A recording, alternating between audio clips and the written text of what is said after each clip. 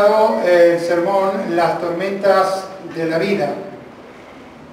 La vida de todos nosotros está compuesta de muchos altibajos, problemas, y hay mucho acontecimiento en nuestras vidas. Tal vez alguno de nosotros acá ha tenido acontecimientos difíciles en la vida.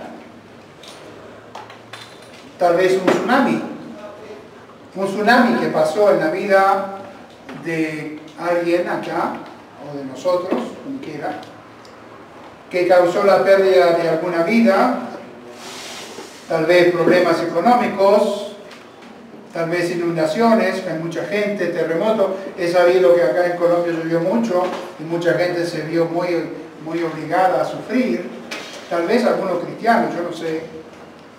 Pero vamos a ver la palabra, el poder de la palabra de Cristo. Vamos a comenzar la lectura acá con el Evangelio de Marcos, capítulo 4, versículo número 35. Marcos 4, 35, la palabra de Dios dice lo siguiente.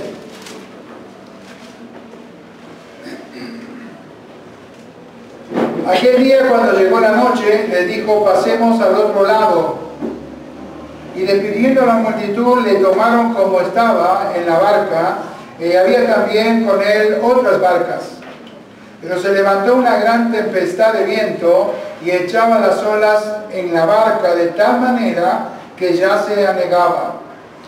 Y él estaba en la popa, durmiendo sobre un cabezal, y le despertaron y le dijeron: Maestro, ¿no tienes cuidado que perecemos?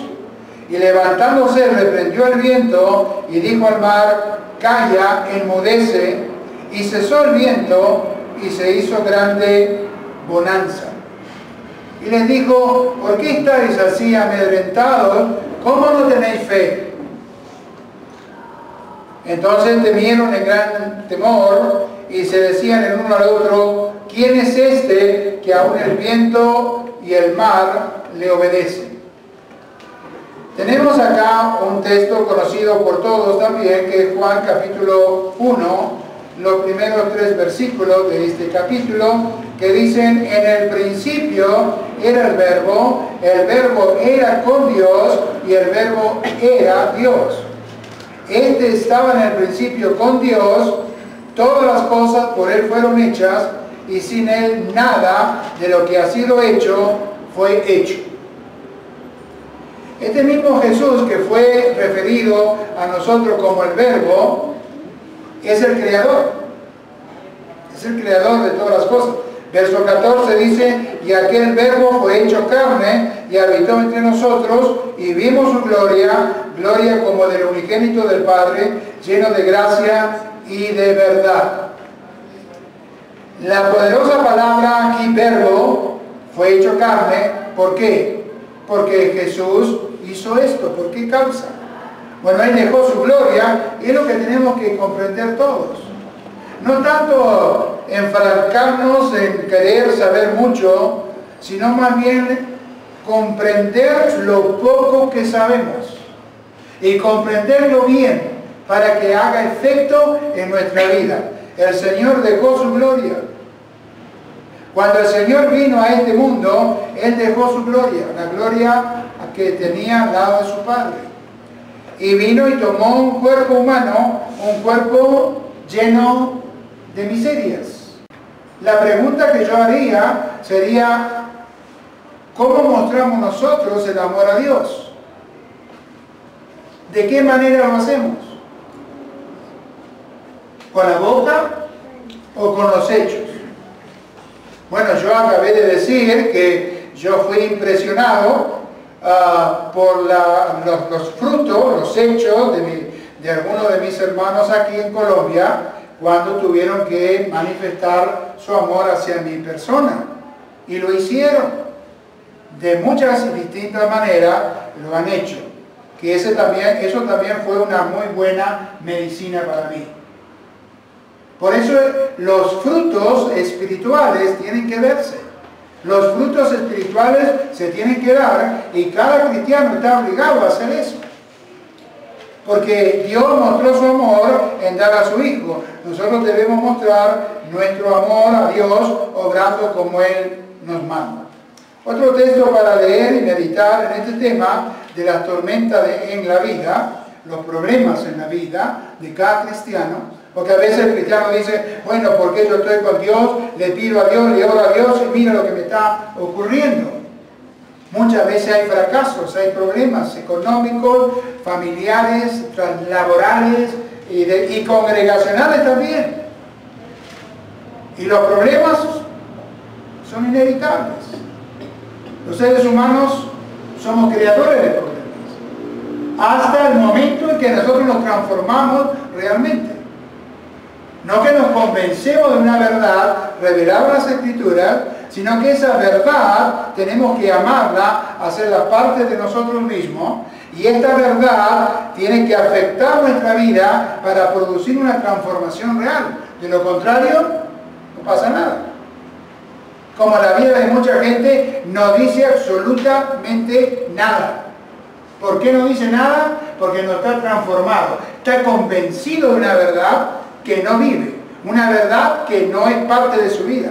Una verdad que conoce, puede hablar, puede disertar, pero nada más que eso. A la hora de la verdad no tiene fuerza para actuar y por eso es consumido por las tentaciones y el enemigo de las almas. En el libro de Hebreos, capítulo 2, versículo 17, dice: por lo cual debía ser del todo semejante a sus hermanos, para venir a ser misericordioso y fiel sumo sacerdote en lo que a Dios se refiere, para expiar los pecados del pueblo. Pues en cuanto él mismo padeció siendo tentado, es poderoso para socorrer a los que son tentados. ¿Ve que cuando uno es tentado, uno padece? Uno sufre cuando es tentado. La tentación viene de acuerdo al nivel de la concupiscencia que cada uno tiene dentro. Y si un cristiano no ha trabajado en combatir la concupiscencia, seguramente es una persona totalmente acosada día a día con las tentaciones. Hasta que al final lo tumba la tentación y lo hace caer en algo grave y luego no puede levantarse. Porque así es el pecado. Entonces, ¿qué tengo yo que hacer? Bueno, Santiago nos dice a nosotros que cuando nadie diga que es tentado de parte de Dios, porque Dios no tienta a nadie, ni Él tampoco puede ser tentado por el mal, sino que cada uno es tentado cuando de su propia concupiscencia es atraído, seducido. Entonces, cuando acepta la invitación del pecado y lo comete, ahí aparece la muerte. Entonces, eso parece que a veces nosotros no lo vemos bien en cualidad justa. Pensamos que somos buenos cristianos, esto y el otro, que somos diferentes al sectario, que yo no soy un evangélico equivocado y errado. En parte es verdad, no somos evangélicos, no somos errados, conocemos la verdad. Ahora que la verdad nos haya transformado es otra historia. Cada uno sabe cuánta transformación tiene. Por eso en Hebreos capítulo 4 y el versículo 13 dice la Escritura: no hay cosa creada que no sea manifiesta en su presencia. Antes bien, todas las cosas están desnudas y abiertas a los ojos de aquel a quien tenemos que dar cuenta. Todas las cosas están desnudas. No hay nada que usted haya hecho que Dios no lo sepa. No hay nada que pueda usted haber hecho y que usted pueda ocultar a los ojos de Dios. Nada. Entonces dice: por tanto, teniendo un gran sumo sacerdote que traspasó los cielos, Jesús, el Hijo de Dios, retengamos nuestra profesión. Porque no tenemos un sumo sacerdote que no pueda compadecerse de nuestras debilidades, sino uno que fue tentado en todo según nuestra semejanza, pero sin pecado. ¿Cómo Jesús pudo hacerlo? Él no vino como un ser humano, vivió, nació, vivió, se crió, trabajó con su padrastro, estuvo ahí hasta que comenzó su ministerio. A él tuvo frío, tuvo calor, tuvo sed, tuvo hambre. Fue humano en todo, en todo. Fue tentado en todo según nuestra semejanza. ¿Qué semejanza? La semejanza corrupta humana, pero sin pecar. A él no lo pudo vencer Satanás. Lo tentó en Mateo 4, todos hemos leído eso, la primera tentación que sufrió, y dice la Biblia que lo dejó por un poco de tiempo, quiere decir que volvió, aunque no se registran todas las tentaciones que le presentó. Pero no pecó. ¿Por qué no pecó? Porque la comida de él era hacer la voluntad del que le había enviado. Entonces, cuando nosotros tenemos la voluntad de Dios conocida, grabada en la cabeza, y eso afecta nuestra voluntad, afecta nuestras decisiones, también diremos como Él que no pecó, no fue vencido, no fue derrotado. Ahora, usted no me puede decir de que Cristo era Dios y que por eso no pecó, porque no es cierto. Él era Dios, pero Él no se valió de su divinidad para vencer al diablo. Lo venció frente a frente, porque cuando lo tienta con las piedras convertidas en pan, Él da como defensa la palabra escrita, que es lo mismo que tenemos nosotros. Lo que pasa es que cuando nosotros somos tentados, lo que menos nos acordamos es en la palabra escrita. Y por eso caemos. Por eso la Biblia dice acá, acerquémonos pues confiadamente al trono de gracia para alcanzar misericordia, hallar gracia para el oportuno socorro. ¿Qué oportuno socorro? Cuando somos tentados. Cuando somos tentados. Cuando tenemos problemas, cuando estamos afligidos. Como aquellos que estaban en el medio de la barca y vino la ola y se asustaron, nos despertaron a Jesús. Mira, Señor, que perecemos, despiértate, haz algo. ¿Por qué tenéis tan poca fe? Al mar le dijo, calla, enmudece. Y todo se calmó. Ahora, cuando nosotros tenemos problemas serios, ¿cuál es nuestra actitud? ¿Cuál es nuestra decisión? Algunos abandonan la iglesia, otros no se congregan, otros obviamente el que no se congrega y da malos ejemplos se va a olvidar de orar y se va a olvidar de leer la palabra de Dios. Por lo tanto, entra en un círculo donde Satanás lo va a controlar por medio del sufrimiento, o por medio de la prueba, o la circunstancia, o lo que ve que está mal. Pero hay que entender que donde hay hombres va a haber conflictos. La iglesia es perfecta en su formación, porque la hizo el Señor, la diseñó.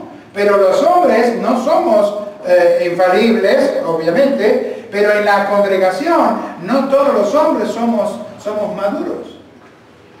Por lo tanto, el que es pequeño, ¿verdad? Ese crea problemas, crea dificultad. Y luego genera otros que están en la misma condición. Y por eso a veces en una congregación, como en una familia, pueden surgir problemas que pueden entristecer a algunos. Uno no debe nunca culpar a Dios de los problemas. Los problemas, ni de la muerte hay que culpar a Dios.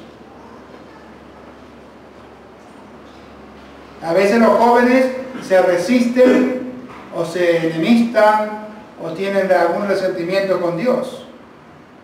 Pero no, hermanos, la muerte es tan natural como nacer. Es parte de esta vida terrenal. Y todos vamos a morir. Unos antes, otros después. Pero todos vamos a morir porque la muerte es la paga del pecado. Entonces, como el pecado entró en nosotros vamos a tener que morir. Entonces, hermanos, ¿por qué vienen tormentas en nuestras vidas? Bueno, tenemos acá un ejemplo muy bueno, que es el ejemplo de Job. Job acá tuvo muchos casos de dolor, de sufrimiento. Podemos leer acá el capítulo 1, si gustan ustedes leer conmigo. o escuchar la lectura, como prefieran. Pero Job acá nos dice algo importante en el capítulo 1, versículo número 1. Hubo en tierra de Ur un varón llamado Job, y este era hombre perfecto y recto, temeroso de Dios y apartado del mal. Ojo, acá en este versículo 1 hay que subrayarlo y estudiarlo. Mire lo que era Job, que no era cristiano, no era cristiano. No, Cristo no había llegado acá a esta altura de la vida de este hombre. Pero este hombre era un varón dice acá, perfecto y recto. ¿Perfecto en qué sentido? No en el sentido infalible, sino en el sentido de madurez. Un hombre maduro, un hombre completo. Eso es lo que era Job. Y dice recto, justo, correcto. Este es el punto. Temeroso de Dios y apartado del mal. Ahora, ¿me entiendes? Vamos a aplicar acá el cristiano. Bueno, había un hombre que no era cristiano, que era Cornelio, que tenía muchas de estas características. Sin ser un cristiano, la oración de Cornelio llegó al cielo. Ahora, yo digo, a veces se puede encontrar algún cristiano que no tiene ninguna de estas cosas, que no es ni recto, que no es maduro, que no teme a Dios y que anda en el pecado. Anda en el pecado. Porque muchos mal aplican 1 Juan 1, versículo 7, en 5 al 10, ahí lo aplican. Dice, si decimos que no tenemos pecado, mentimos. Pero no está hablando de que una vida cristiana es pecar y pecar. Ahí estaba hablando aquellos que eran los gnósticos, que pensaban que ellos podían pecar y que el pecado que ellos hacían no afectaba el alma de ellos. Por lo tanto, no tenemos pecado. Entonces, qué lindo, ¿no? Pecar, y que eso no me afecte a mí, mi hoja de vida con Dios. Y dice, si decimos eso, mentimos y no andamos en la verdad. Bueno, eran los gnósticos que se habían infiltrado dentro de la iglesia a quien Juan dirige la carta. Estas cosas os escribo para que no pequéis. ¿Para qué escribía? Para que no pequéis. Como dije, para que no pequéis. ¿Por qué peca el cristiano? Porque no se lleva de la palabra. La sabe, pero no la aplica. Y este es el mal en los matrimonios, los problemas matrimoniales que son terriblemente complicados, ¿verdad? Y luego las relaciones, y luego la vida personal, y todas esas cosas, que tienen que ver con esta falencia en la vida de muchos. Y dice acá, y le nacieron 7 hijos y 3 hijas, 10, ¿no es cierto?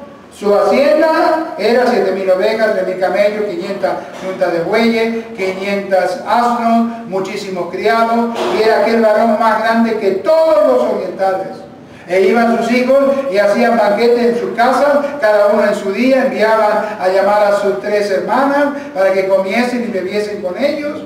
Y acontecía que habiendo pasado en turno los días del convite, Job enviaba y los santificaba y se levantaba de mañana y ofrecía holocausto conforme al número de sus hijos, porque decía Job, quizás habrán pecado mis hijos y habrán blasfemado contra Dios en sus corazones, y de esta manera hacía todos los días. Mira lo que hacía Job por sus hijos.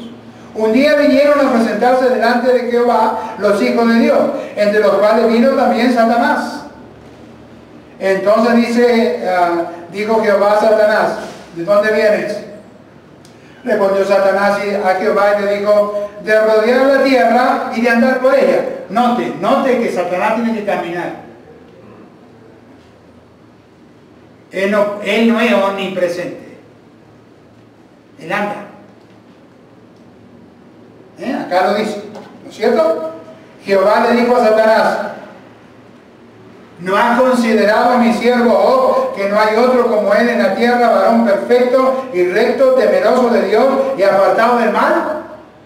¿Quién dijo estas palabras? Jehová. ¿A quién? Al diablo. ¿No lo consideraste? Y Satanás responde a Jehová, ¿acaso teme Job a Dios de balde?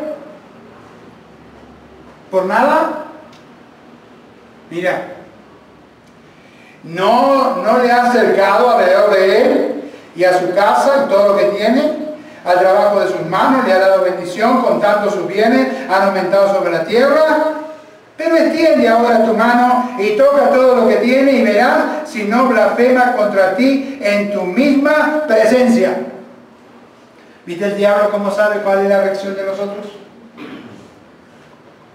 ¿Viste? ¿Entiendes esto? Satanás conoce muy bien cómo reacciona el ser humano. Dijo Jehová a Satanás: he aquí todo lo que tiene está en tu mano. Solamente no pongas tu mano sobre él. Y salió Satanás de delante de Jehová. Le colocó límite, ¿no? Vas a tocar todo lo que tiene, pero menos a él, no lo toques. ¿Por qué? Porque Satanás te toca y te llena de pura maldad. Él es maligno, él es perverso. Muy bien, entonces, ¿qué dice? Un día vinieron y Satanás salió de delante de Jehová, ¿no? Y entonces dice acá, un día aconteció que sus hijos e hijas comían y bebían vino en casa de su hermano el primogénito. Y vino un mensajero a Job y le dijo: estaban arando los bueyes, las asnas paciendo cerca de ellos, y acometieron los sabeos y lo tomaron, mataron a los criados a filo de espada. Solamente escapé yo para darte la noticia. Aún estaba hablando cuando vino otro que dijo: fuego de Dios vino del cielo, que quemó las ovejas y los pastores y los consumió. Solamente escapé yo para darle la noticia. Cuidado que este fuego se lo trajo Satanás, no lo mandó Dios, ¿eh? Cuidado. Satanás tiene mucho poder. Nomás que como es mentiroso, se engaña, se disfraza, haciéndonos creer que él es un pobre diablito débil y diminucho que está ahí, que no hace nada. No, él tiene mucho poder, mucho poder. Ahora bien, todavía estaba hablando y vino otro que dijo: los caldeos hicieron 3 escuadrones y arremetieron contra los camellos, se los llevaron, mataron a los criados a filo de espada, y solamente escapé yo para darte la noticia. Entre tanto que hablaba, vino otro que dijo: tus hijos y tus hijas estaban comiendo y bebiendo vino en casa de su hermano el primogénito, y un gran viento vino del lado del desierto y azotó las 4 esquinas de la casa, la cual cayó sobre los jóvenes y murieron. Solamente escapé yo para darte la noticia. El hombre rico, superior a todo Occidente, quedó pobre. Y sus 10 hijos se murieron en un rato. A ver si entendemos bien el punto ¿no? Entonces se levantó Job, rasgó su manto, rasuró su cabeza, se postró en tierra y adoró. Y dijo: desnudo salí del vientre de mi madre, y desnudo volveré allá. Jehová dio y Jehová quitó. Sea el nombre de Jehová bendito. En todo esto no pecó Job, ni atribuyó a Dios despropósito alguno. Esta frase a mí me llama poderosamente la atención cuando dice que no atribuyó a Dios queja alguna. De propósito, queja alguna. Veo cuando la gente se le muere el padre: ay, Dios me llevó a mi papá, Dios me llevó, o Dios me llevó a mi esposa. Mis hijas también pasaron por esta prueba tremenda y difícil, ver a su mamá morir. Y le costó bastante a ella también entender esto que yo estoy hablando. Obviamente, a mí también me costó mucho hacerle comprender que Dios la llevó porque así ocurrió. Su cuerpo no funcionó más. El cuerpo es una máquina, es como un auto. Llega un momento que no trabajará más. Por eso hay que redimir el tiempo vivir la vida bien, como dice Dios, no como el mundo la ofrece, sabiendo que Dios nos va a dar todo lo bueno, pero también nos puede dar lo malo. Y cuando eso ocurra, no nos quejemos, no dejemos el Evangelio, no dejemos de orar, no dejemos de estudiar la Biblia, no nos apartemos de la iglesia, porque es ser una cosa de mente hacer algo así. Porque la vida continúa, la vida es así. Un día nacemos y otro día nos iremos de este mundo. Por eso el ejemplo de Job, ¿no es cierto?, es muy grande. Y fíjense cómo Satanás trabaja en la mente de los hombres y mujeres cuando las tormentas de la vida llegan. En el capítulo 2, versículo 9, entonces vino la mujer. A la mujer vino a darle el consuelo a Job cuando Job estaba ahí. ¿Y qué le dijo? ¿Aún retiene tu integridad? Maldice a Dios y muérete. ¿Cuál era el ejemplo, la lucha entre el diablo y Dios? Era mostrarle, el diablo quería mostrar que el hombre sirve a Dios solamente por interés. Bueno, hay quien predica por plata, ¿sí o no? Hay gente que predica por plata. Y hay gente que predica no por plata, sino por amor. Todo tiene un interés en esta vida. No decirlo es no decir la verdad. Yo sé que cuando uno dice estas cosas, está metiendo el dedo en llagas grandotas. Pero alguien tiene que hacerlo, porque entonces la verdad no puede ser cuestionada ni frenada por el enojo o por la molestia de alguien. Pero Satanás quería hacer esto, y como no pudo, usó a la mujer, la ayuda idónea de Job, la que debía consolarlo, la que debía sufrir con él. Sin embargo, mira lo que le dice: ¿aún retiene tu integridad? ¿Viste cuando una persona deja de ser íntegro? Se volvió corrupto. Un corrupto no es íntegro. Un corrupto es una persona que vendió su dignidad por una pierna, por un adulterio, por una fornicación, por dinero o por lo que sea. La cosa es que perdió su integridad. Y esta mujer le está diciendo: deja tu integridad, maldice a Dios y muérete, ve a vivir la vida. Claro, sal de acá, vete a vivir la vida y el diablo te va a dar todo lo que quieres. Luego de un tiempo te va a venir a pedir tu alma, y tú no se la vas a poder negar, porque te la va a llevar, porque se la vendiste a él.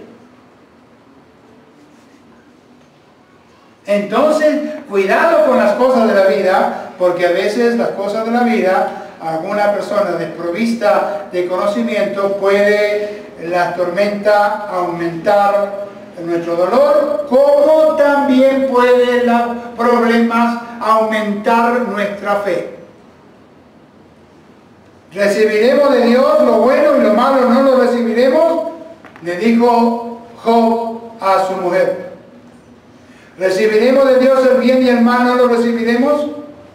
No que Dios manda el mal, sino que Dios puede permitir que eso ocurra. En todo esto no pecó Job con sus labios. Nunca vayas a quejarte de tu situación, aun cuando ésta sea tormentosa, con Dios. Nunca deberás de decir algo contra Dios a pesar de que quedaste sin empleo, o que se murió un ser amado, o que sufres una enfermedad, o que de la mañana vas al médico, ¿verdad? Y te dice, como me pasó a mí, ¿verdad? Tienes que ir a ver a un urólogo urgente cuando llegue a Buenos Aires, cosa que haré. Ahora, ¿qué pasa cuando llego allá y me va a decir el doctor Capelli, hay que operarlo a usted? ¿Qué pasa cuando tú vas al médico y te dice, lamento decirle, señora o señor, usted tiene cáncer? ¿Qué va a hacer? Usted no lo sabe hasta que no se lo digan. Ese shock de golpe que va a recibir, ojalá que no, pero si lo llega a recibir, es un shock que va a afectar su fe. ¿Y Dios por qué? Vamos a orar. Venimos acá, oramos y no pasa nada. Este sigue cada vez peor. Le van a dar quimio y va a quedar flaco como palo, pelado y todo arruinado y se va a morir de todas formas. ¿Por qué? Porque no hay cura para esa enfermedad. Dios nos libre de esas cosas, claro, pero puede pasar. ¿Y si pasa? ¿Para qué voy a la iglesia yo? Alguien dirá, un familiar inconverso, dirá, ¿y para qué va a la iglesia? ¿De qué te sirve ir a la iglesia? Y eso mina la fe de algunos, otros no. Acá en el libro a los Hebreos, en el capítulo número 13, versículo número 5, el escritor de este libro dice estas palabras que voy a leer, 13:5, dice: sean vuestra costumbre sin avaricia, contento con lo que tenéis ahora, porque Él dijo, no te desampararé ni te dejaré. Entonces, a ver, esto no es fácil de entender cuando uno está en la mala, cuando uno está en cuesta abajo, en mi rodada, como dice el tango, cuesta abajo en mi rodada, cuando te estás cayendo. Y cuando te estás cayendo, a menos que tenga una fe muy sólida, como lo tuvo Job y otros cristianos, hombres de Dios, sean vuestra costumbre sin avaricia. Tú tienes todo. ¿Qué más necesitas? ¿Qué te falta? ¿Algo te falta para vivir? ¿Tienes todo lo suficiente? Sí. ¿Entonces? ¿Por qué te quejas? ¿Por qué quieres tener más? ¿Para qué quieres tener más? Para complicar más tu vida. Porque cuanto más tienes, más complicado te vas a volver. Ah, no, pero hermano, yo quiero tener un cartón acá que diga yo tengo el título tal. Bueno, sí, hay que estudiar, hay que prepararse, pero todo con moderación, no con este afán desmedido que muchos tienen, que se transforma en avaricia.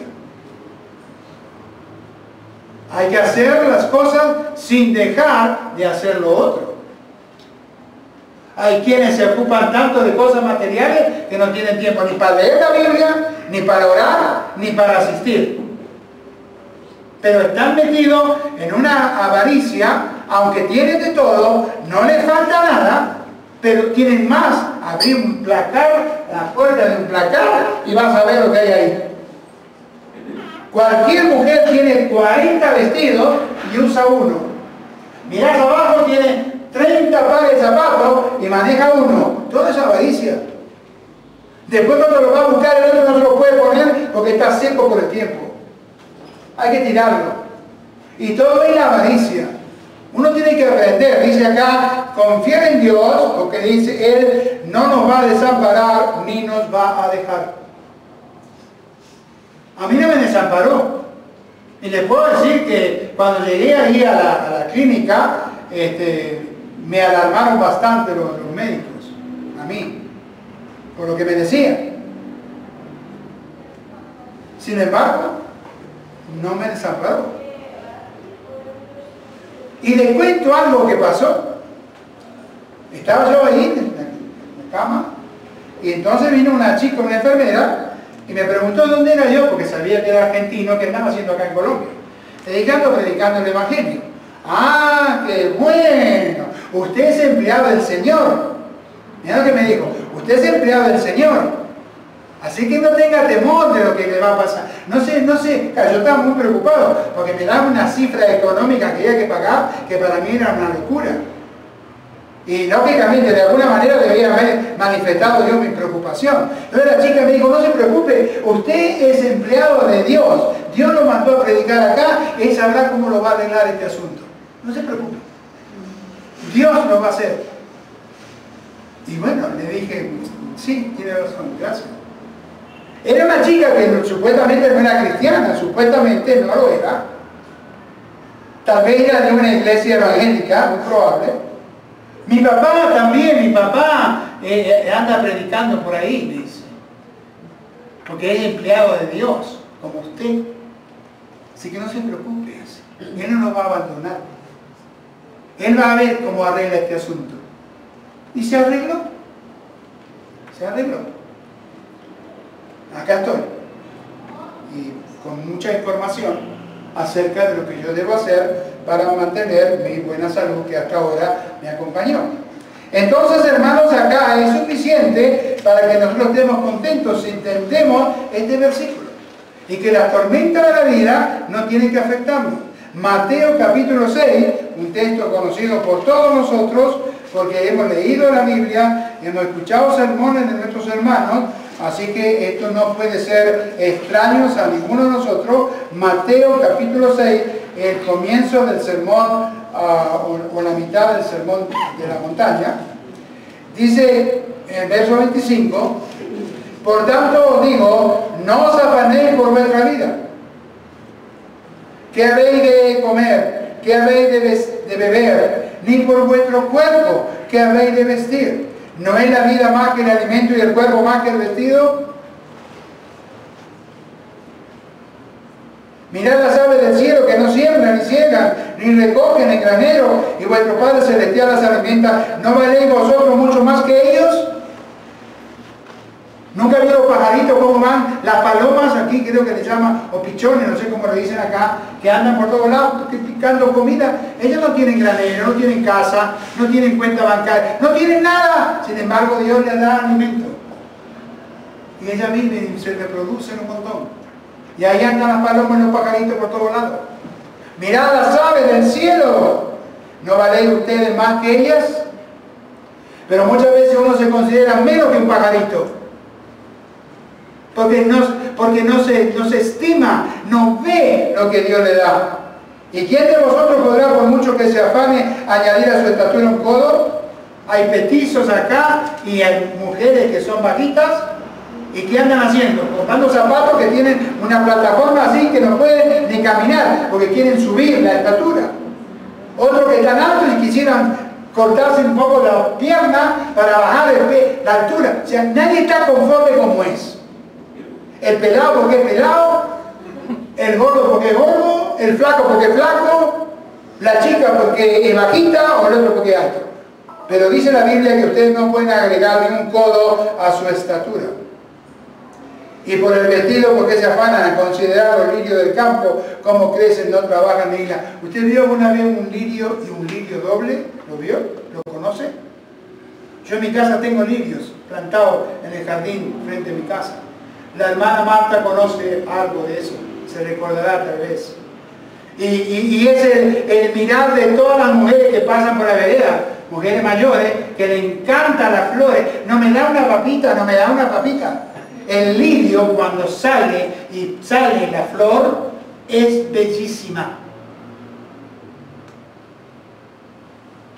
Es como la orquídea, una flor bella.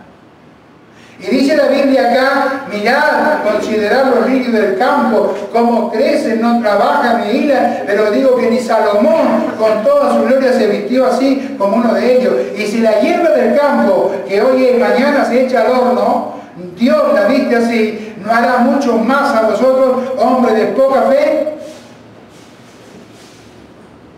Por lo tanto, dice, no os afanéis, pues diciendo qué comeremos, qué beberemos, o qué vestiremos. Mas buscad primeramente el reino de Dios y su justicia, y todas estas cosas os serán añadidas. Hombre de poca fe, ¿usted quiere ser cristiano? Sí. ¿Tiene fe? No sea que es la fe como la que tuvo Pedro cuando estaba en la barca y vio una luz y desafió la luz, dijo, ¿quién eres? Y dice, no temas, soy yo. ¿Así eres tú, Jesús? Di que yo camine sobre las aguas. Y Jesús le dice, ven. Y cuando sale de la barca Pedro y comienza a caminar, como el agua está en movimiento continuo, entonces Pedro bajó la mirada, se vio que estaba sobre las aguas y se comenzó a hundir. ¿Y por qué se hundió Pedro? Porque Pedro tenía la actitud desafiante, pero no tenía la fe suficiente para caminar sobre las aguas. Cuando llama a Jesús, le extiende la mano y le dice, sálvame Jesús. Y Jesús le extiende el brazo y que le dijo, hombre de poca fe, ¿por qué dudaste? Levántate. ¿Cuál es la enseñanza? Que para caminar sobre las aguas, la fe que tenía Pedro no le alcanzaba. ¿Usted tiene fe? Vamos a ver si le alcanza para caminar sobre las calles de Bogotá. A ver si le alcanza para andar eliminando todo el pecado que hay por todas las calles.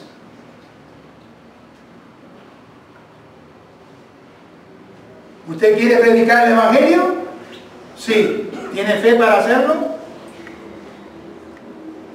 ¿Tiene la fe suficiente para hacerlo? Y muchas veces acá han venido hermanos que quieren predicar porque para ellos es un deporte, en realidad es eso, pero que no tienen la fe suficiente para hacer un sermón, para interpretar el texto y para poder explicarlo para que la gente lo entienda. Por lo tanto, la fe que tienen no les sirve. Por eso no funciona. Por eso no anda. Porque creemos que el hecho de venir de la silla acá te va a dar un grado de crecimiento. No, sentate ahí y a ver si creces alguna vez. Y cuando crezcas, entonces venís para acá. Antes no. No se puede. Es mentira todo lo que se dice y se aparenta como cosas así. Porque las cosas de Dios se hacen con fe. Sin fe es imposible agradar a Dios. Entonces hay que tener fe suficiente. Por eso nos enseña que es verdaderamente, lo que es verdaderamente importante en la vida es esto. Los gentiles buscan todas estas cosas porque no tienen fe, los del mundo. Pero ustedes son hijos del Rey. Son siervos de Dios. Como dijo la chica, usted tiene un patrón que lo mandó a Colombia a predicar. Se enfermó, el Señor sabrá cómo lo va a arreglar. Predicador, predicado. Ahí tenés. Y yo le dije, muchas gracias, es verdad lo que digo. Porque la verdad la tenés que aceptar, no importa de quién venga. Es verdad, sí, entonces aceptas. Y cualquiera te puede enseñar una verdad. No significa que lo haga o no la persona. Y por eso en 2 Corintios, el apóstol Pablo, hablando de estas cosas, ¿qué dice? Hablando de estas cosas, Pablo está diciendo acá en el capítulo 12, versículo 7, dice, y para que la grandeza de las revelaciones no me ensaltase desmedidamente, me fue dado un aguijón en la carne, un mensajero de Satanás, para que me abofetee, para que no me enaltezca sobremanera.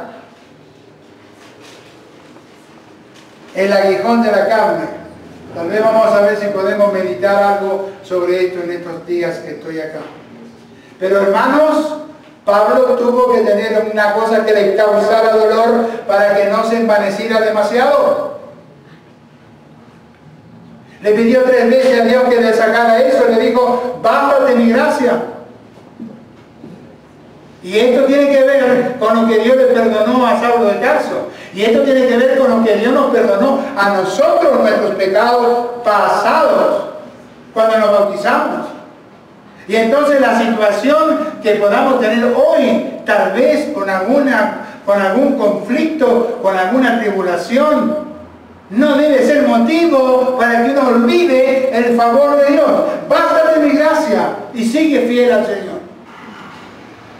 Esto es lo que la Biblia nos enseña. Pablo tuvo su tormenta, su gran tormenta en la vida.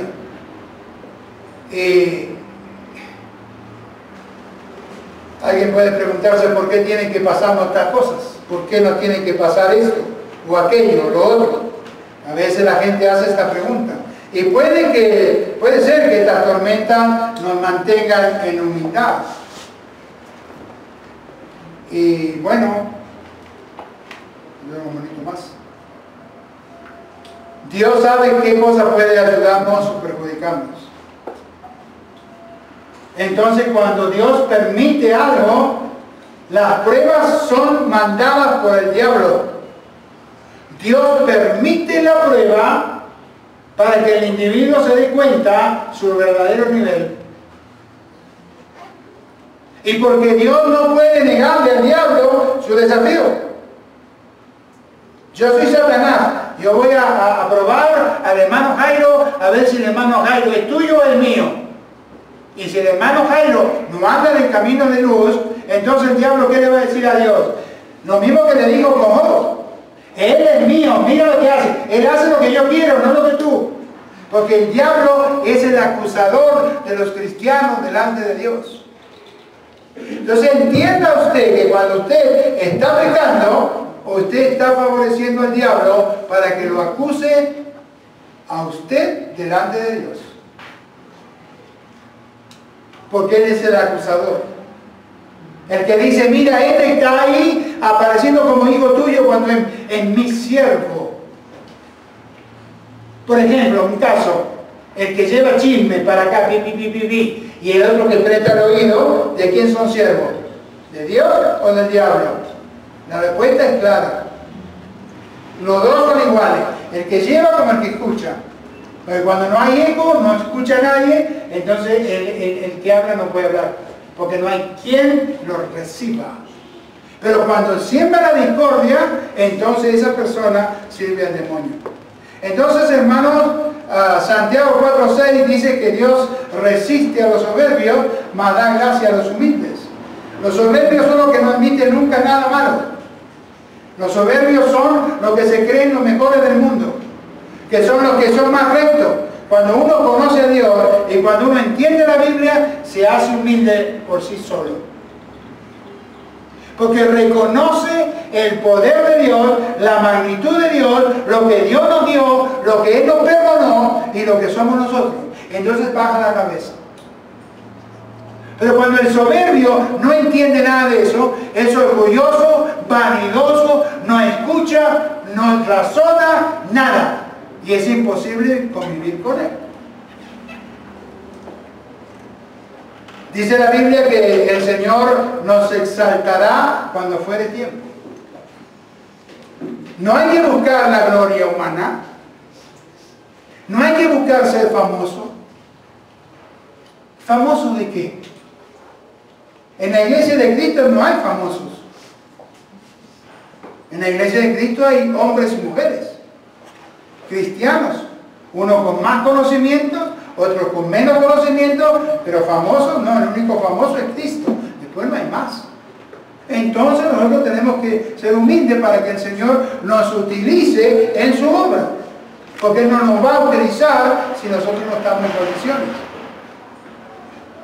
En Primera de Corintios, en el capítulo 10, versículo 12, el apóstol Pablo dijo estas palabras que voy a leer aquí.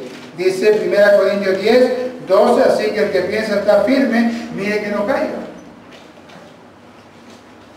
Cualquiera puede caer. Cualquiera. Y para estar firme, mire que no caiga, uno debe de andar en temor todo el tiempo de su peregrinación. Ocupaos en vuestra salvación con temor y temblor. Y usted no me dejará, no va a creer que soy exagerado al decir que es muy difícil ver a un cristiano que tiemble cuando peca.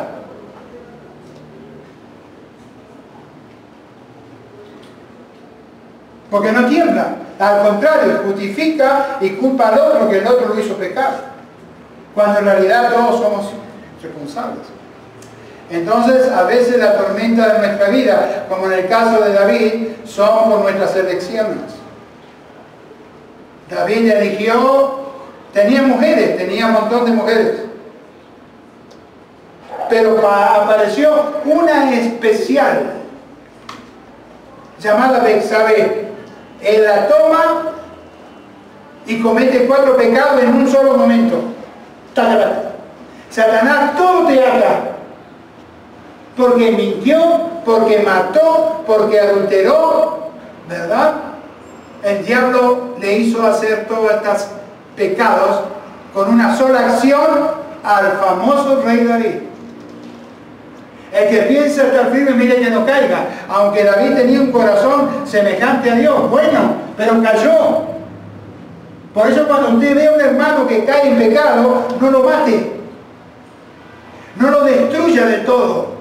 Exhórtelo, que abandone el pecado, que corrija su pecado, que se arrepienta de su pecado, eso sí, pero no lo destruya, ayúdelo, porque mañana usted puede estar en ese lugar. Y eso es el amor que decimos tanto predicar, que decimos tanto conocer y que a veces tan poco se ve. Pero hermanos, esto es así. Entonces, las consecuencias están totalmente relacionadas a nuestras decisiones que tomamos. Buenas o malas. Acertadas o erradas. Y puede ser que las tormentas de la vida son por nuestra propia elección. Yo hago mi vida. Yo hago mi futuro. Ustedes los jóvenes, las señoritas acá están, ustedes tienen que escuchar esta lección, no porque la digo yo, sino porque está en la Biblia, y deben ustedes tener mucho cuidado en el futuro que viene, para que sepan elegir con sabiduría, pedirle a Dios la sabiduría para saber elegir el que las va a acompañar en el resto de sus vidas. Porque se llegan a equivocar y lo pagarán muy caro. Entonces, el ser cristiano no es garantía. La felicidad no pasa por el cristianismo en sí. Pero cuidado con la elección. Escuchen los consejos, busquen información, busquen a sus padres, busquen a su predicador. Háblenle, digan, pregunten, no se explica por preguntar. Pero no se cierre a sí mismo, porque el amor es sordo, no oye, ciego, no ve. Y cuando despierta, abrir los ojos, es tarde. Se ahorcó solo. Entonces, hermanos, no sea como el mundo. El mundo es mentiroso, es falso, promete cosas que nunca te va a dar, y luego cuando tú no le sirves más al mundo, te bota y te tira a la basura porque el mundo no te quiere. La belleza que uno tiene, o que tienen algunas, no la malgasten como el mundo la quiere. No se la den al mundo para que el mundo la consuma. Y esto no es fácil lo que estoy diciendo. Pero alguien tiene que decirlo para el bien de nuestras hermanas y hermanos. El que peca será alcanzado por su consecuencia. Nadie que pecó se libró de su consecuencia. Porque el pecado te sigue. Es como la sombra de uno. Uno no puede huir de su sombra, uno no puede huir de su pecado. A David lo persiguió su pecado y destruyó a su familia. Todo el tiempo, leer la historia de David es dramática. ¿Todo por qué? Por un arrebato de ver una mujer distinta, nueva, no sé, bonita. Dice que Betsabé era muy hermosa. Pero la belleza a veces puede cegar los ojos de una persona. Entonces, hermanos, el Salmo 51, para concluir, ¿no? Porque el tiempo nos corre, ¿no? Pero a veces hay cosas, hermanos, con el permiso de ustedes, que a veces bien vale la pena unos minutos más, porque vale la pena por la meditación misma, el contenido mismo, ¿no? Tantas veces gastamos 2 horas mirando una película que no sirve para nada. ¿Cuánto va a tener acá un rato y edificarnos? Que esto es lo importante. En el Salmo 51, el versículo número 1 al 3, David escribió: ten piedad de mí, oh Señor, conforme a tu misericordia, conforme a la multitud de tus piedades, borra mis rebeliones. Lávame más y más de mi maldad, límpiame de mi pecado. Yo reconozco mis rebeliones y mi pecado está siempre delante de mí. Dígame que esto no es algo para nosotros. Cuando yo peco no tengo que decir, perdóname Señor todos mis pecados. No.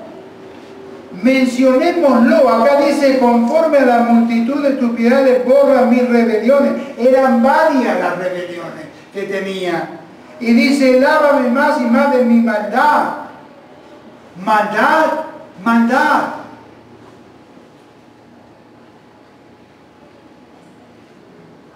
No todo el que me dice Señor, Señor, entrará en el reino de los cielos, sino el que hace la voluntad de mi Padre que está en los cielos. Más abajo, en el versículo 23, que le dice Jesús a aquellos hombres que vendrán a decirle, Señor, en tu nombre hicimos esto, lo otro, predicamos campamento y qué sé yo, cuántas cosas más hicimos, en tu nombre, Señor. Apartados de mí, nunca os conocí, hacedores de maldad. Ahora yo le pregunto, ¿cómo es posible que una persona que esté haciendo todo esto, al fin y al cabo es un malvado? Cuando una persona no vive la creencia, cuando la creencia no es parte de su vida, es malvado. Cuando los predicadores mismos dan ejemplos malos y pecan descaradamente, es porque son malvados en el fondo, hermano. No es porque, ay, pobrecito pecó. No, qué pobrecito ni qué nada. Este es un malvado. Porque hay pecado que para hacerlo hay que cranear la cabeza para hacerlo. Hay pecado que no se puede ir a hacer en un ratito. El adulterio, por ejemplo, no se puede cometer en una hora. Uno tiene que trabajar con la otra persona hasta concluir. Eso es maldad. La maldad que está dentro de la persona que practica eso o que hace eso. Por lo tanto, hay que caerse de rodillas, pedir perdón a Dios, arrepentir, pero hacerlo en serio, como lo hizo David. Y no solamente palabrita vacía y adornada con alguna lágrima que brota de nuestros ojos. Porque no hay temor a Dios entonces. Y Dios conoce los secretos del corazón de cada uno. Entonces, hermanos, tenemos que apartarnos del mal. Recuerden el caso de Job. Apartado del mal. ¿Usted no quiere pecar? Apártese del mal. Todo lo que sea maldad, apártese de eso.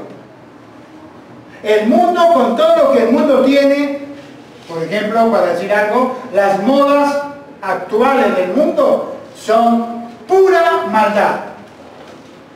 Pura maldad. Fui yo a comprar un regalito para mi nieta y ¿qué crees que me vendieron? O me ofrecieron. Un vestido con minifalda. Era una pollerita así. ¿Y eso le va a poner a mi nieta? No, eso no es para mi nieta, le digo yo. Así que sáquelo porque no se lo voy a llevar. A ver, tiene otra cosa mejor. Pero así está el mundo, ¿verdad? Entonces el mundo te anda desnudando. Y desnudando a la chiquita de entrada. Tiene 8 años y le vamos a ir mostrándole ya sus piernitas, ¿no? Y eso lo hacen algunos papás, alguna mamá, algunos abuelos que tienen la cabeza del otro lado. El mundo te compra, el mundo te destruye, el mundo te absorbe, te quita todo lo bueno. ¿No se lo des? Apártate del mal. Vamos a ir terminando, hermano, ya, y yo le pido desde ya disculpas, pero ya termino. Marcos 12, hay una cosa muy importante acá, que tiene que ver con esto de la tormenta de la vida. Marcos capítulo 12, versículo 41, dice las Escrituras: estando Jesús sentado delante del arca de la ofrenda, miraba cómo el pueblo echaba dinero en el arca, y muchos ricos echaban mucho. Y vino una viuda pobre, echó 2 blancas, o sea, un cuadrante. Entonces, llamando a sus discípulos, le dijo: de cierto os digo que esta viuda pobre echó más que todo lo que han echado en el arca, porque todos han echado de lo que les sobra, pero esta de su pobreza echó todo lo que tenía, todo su sustento. La pobre viuda. Y a pesar de todos los problemas de la vida que una mujer viuda puede tener, acuérdense de su madre, acuérdense de su abuela, ¿cómo está? Yo conocí una abuela acá, una abuela, y que tiene 4 hijos y 3 no pueden cuidarla. Y esto me acuerda de un dicho que tenemos allá. Una madre o un padre puede traer 10 hijos a la vida, criarlo, lavarle la cola, darle de comer, mandarlo a la escuela y hacerlos adolescentes. 10 hijos, uno solo. Y luego 10 hijos no pueden cuidar a una pobre vieja que está ahí, que apenas puede levantarse y caminar. Y esto es el pago del mundo, ¿cómo está? Los valores, después cuando se muere la viejita, yo le aseguro a usted que van a contratar la funeraria más cara que hay en Bogotá. El cajón más lujoso que tenga la funeraria para ponerle ahí y van a todo el cementerio a ayudar. Para mí eso se llama, ¿sabe cómo se llama? Hipocresía.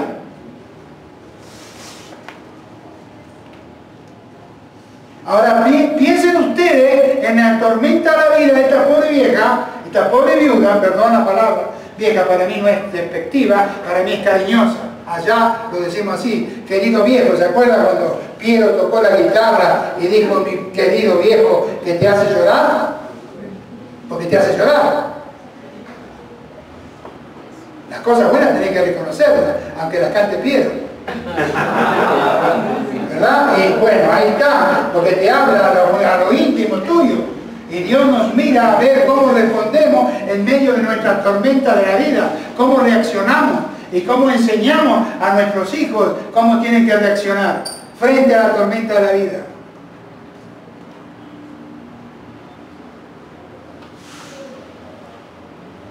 No amemos de lengua ni de palabra, sino de hecho y en verdad. Entonces las tormentas de la vida sirven para que nosotros nos demos cuenta en qué nivel estamos con Dios.